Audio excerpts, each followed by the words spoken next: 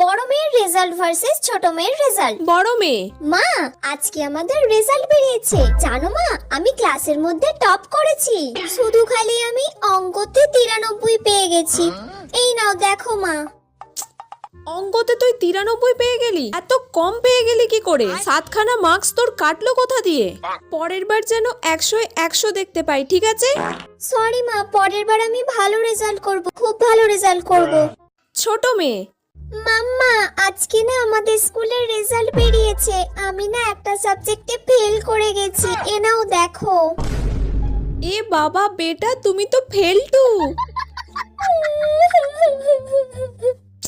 আহা বেটা, কেঁদো না, কেঁদো না। না মা, কাঁদে না, কেঁদো না। কেঁদে কি হবে? মন খারাপ করো না, পরের বার তুমি ঠিক পাস করবে। তোমার বাবাকে আমি বলবো চকলেট এনে দিতে, ঠিক আছে? যাতে তোমার মন ভালো হয়ে যায়। ঠিক আছে মাম্মা।